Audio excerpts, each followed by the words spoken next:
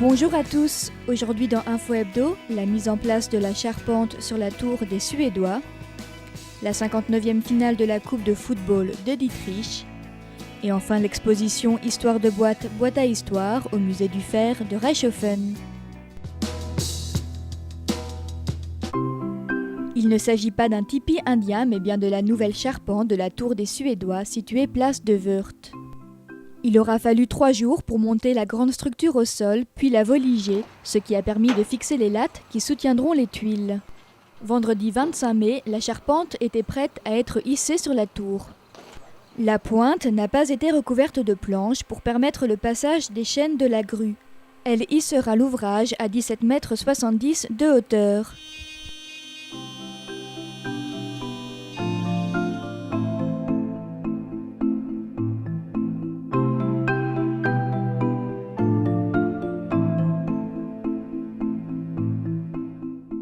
Les murs de la tour ont été repris dans leur partie haute et maçonnés pour pouvoir accueillir la charpente.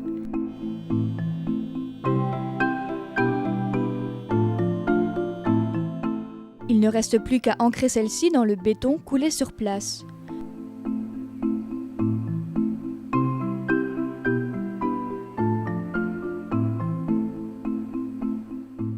Puis, ce sera au tour du couvreur de poser les tuiles, des tuiles plates, fidèles aux toitures anciennes. Une nouvelle étape se franchit dans la restauration des tours d'enceinte médiévales. La 59e finale de la Coupe de football de Dietrich, opposant l'US Merzwiller à la AS Gumbrechtshoffen, s'est déroulée le 25 mai. L'enjeu principal, donc, c'est surtout une question de prestige. Les joueurs en font un de leurs objectifs principaux de la saison. On assiste souvent à des rencontres assez disputées. Et donc c'est l'AS Gumbrechtshoffen qui avait remporté l'édition de l'année dernière et son titre est donc remis en jeu cette année. Il a été décidé de faire accueillir à tour de rôle cette finale par les différentes équipes. Et donc c'est un tirage au sort qui attribue le lieu de la finale. Et c'est à Gundershofen qu'a eu lieu la finale cette année. 450 spectateurs se sont rendus au stade Charles Jung pour y assister. Ça va être un match disputé. Les deux équipes se sont rencontrées la semaine dernière en championnat avec la victoire de Gumbrechtshoffen à Merzwiller. Alors je crois que Merzwiller a une revanche à prendre.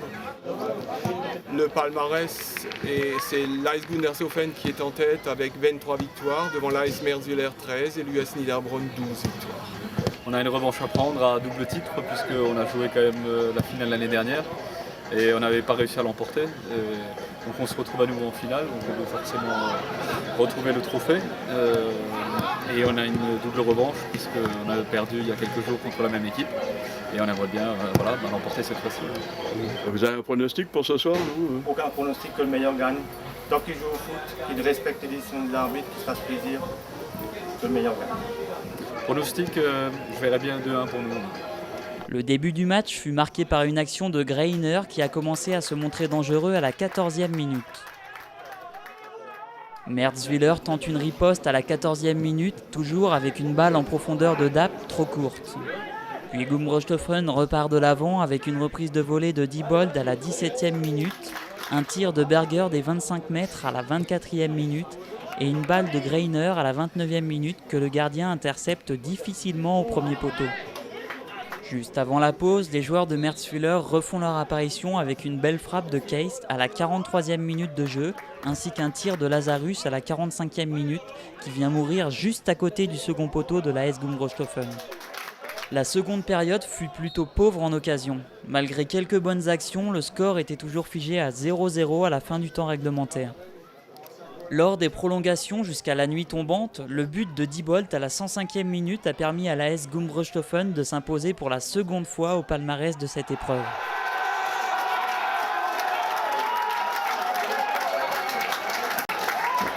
Et la récompense du vainqueur?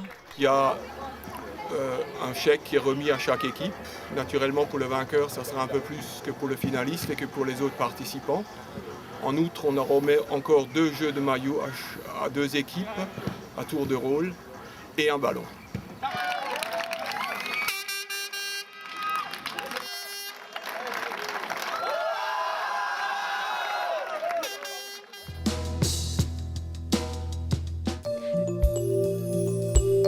Personne n'a jamais conservé ses trésors dans une boîte métallique, trouvée au hasard des rencontres ou transmise par une grand-mère. Outre leur valeur sentimentale, ces boîtes en fer nous livrent une foule de renseignements sur une époque.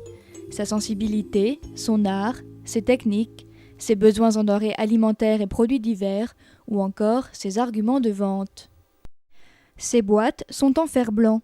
Le fer blanc est obtenu à partir de feuilles de fer recouvertes d'une fine couche d'étain. Ce dernier présente le double avantage de ne pas ternir à l'air et de résister aux acides naturels. Petite précision historique. Le fer blanc ne date pas du siècle dernier. Déjà, les Romains utilisaient l'étain pour étamer le cuivre et ensuite le bronze. Mais il fallait attendre quand même le Moyen-Âge où, à ce moment-là, dans le Saint-Empire germanique, les Allemands ont inventé le fer blanc, c'est-à-dire de la tôle étamée.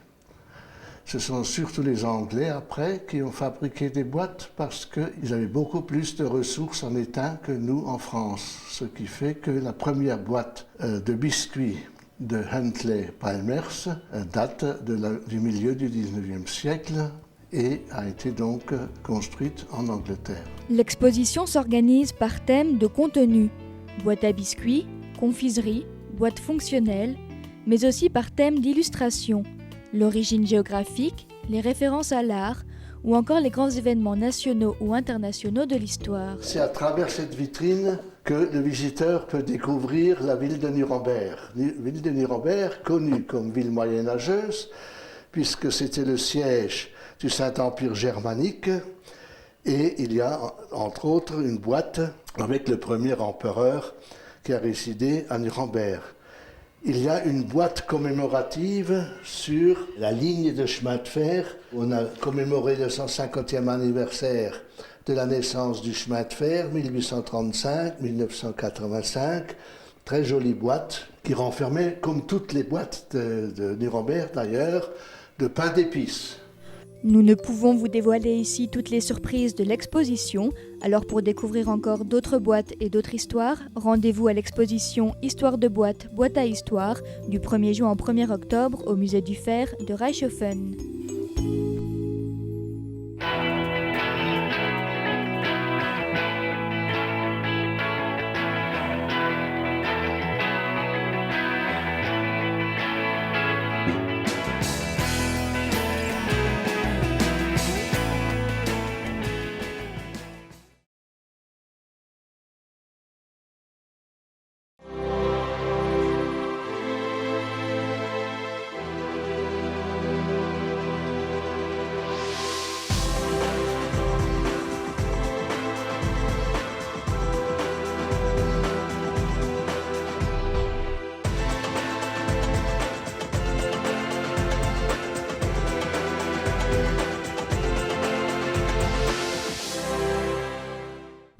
Officier de commandement dans l'armée britannique, Baden-Powell est connu pour être à l'origine du scoutisme.